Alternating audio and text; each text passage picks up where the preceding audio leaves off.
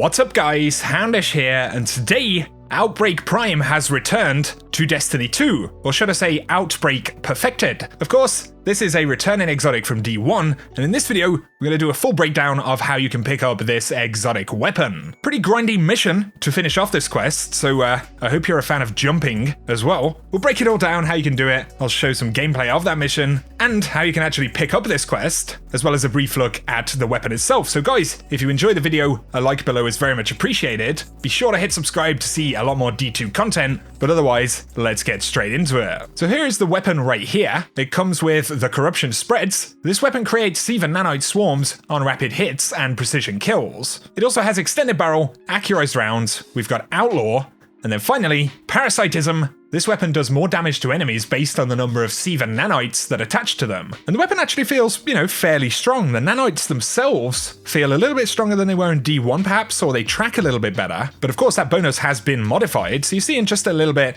of gameplay right here. But of course you can tune in to all of the usual folks for a dope review of this weapon in general. So, how do you actually get the thing?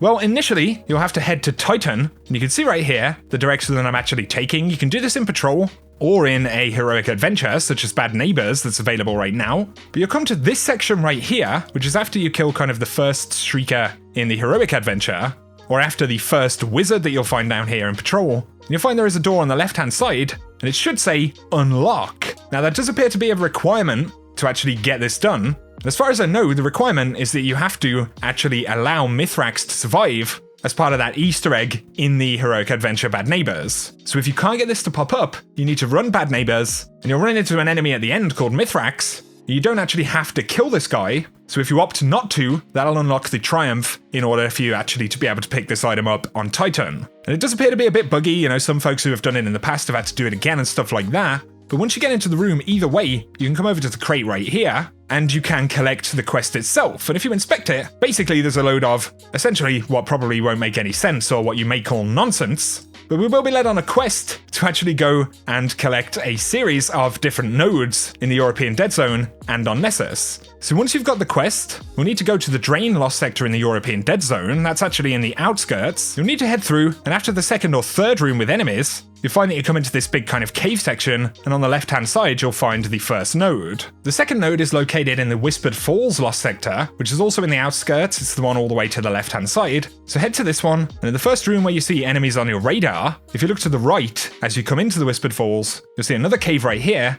and you'll find a node in this corner. Next one we're going to need will be in Trustland, and that'll be the Atrium Lost Sector, immediately under the church. Simply head through, and in the room where you drop down right here, just before you get to the final boss room, you'll find that behind you, there is an open door, and there is yet another one of these nodes right here. Final couple right here. Once again in the Trustland, we'll need the Widow's Walk Lost Sector. That's on the left-hand side if you're looking at the map. This one's really easy. Go right to the end where the chest is, and above the chest, to the right-hand side, there'll be some ledges, and this is where you'll find the next node. So that one is pretty easy to get done. Now we need to go to the Carrion Pit to Lost Sector on Nessus. You need to load into the cistern, turn right, and you'll come to the Glade of Echoes area, and down here, this is where you'll find the Lost Sector. So head into Carrion Pit all the way to the end, where the chest is. You can see right here, to the right of the chest, you'll get yet another node.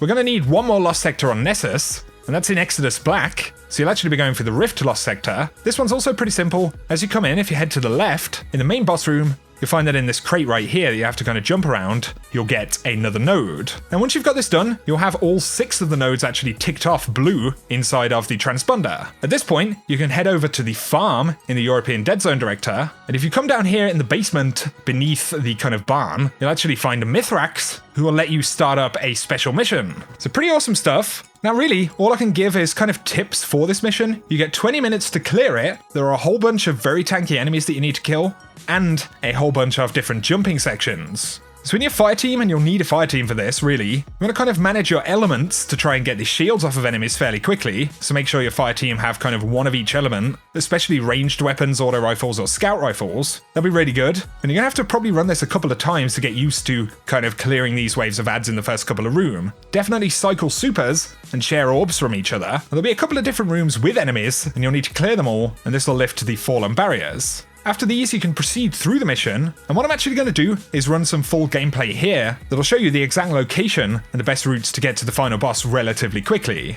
And then I will run the boss gameplay itself, but in terms of actually taking the boss down, what you'll need to do at the very end is clear all of the enemies that are in this final boss section. Enemies will continue to spawn, so you'll get servitors. These will spawn at the front and the back, and then you'll also get fallen walkers that spawn left and right. One tip would be to conserve all of the heavy that you pick up throughout the entire mission run for when you get to the final boss. You're going to want a hunter with Orpheus rigs, preferably to generate a bunch of orbs. And once again, managing those elements for the different shields, you do really get a mixture of different shield types, but it's going to be really important. As you can see though, we're kind of chipping away, making sure that we're picking up each other's orbs and calling out different sections of the map to clear at a time. So we kind of focus the walker on the left, focus the walker on the right. Whenever you have a servitor up, make sure that you kill it pretty much immediately, and otherwise try and save as much as your heavy and any damage buffs that you can, things like melting point, for the boss itself. Now you can see we're working through all of the enemies, and we eventually get down to just a couple of enemies and we kill the boss. After the boss goes down, a ship does actually spawn in with a bunch more enemies that you'll need to kill. So once again, if you can plant a tether right in the middle as the boss goes down or something, that'll be pretty ideal.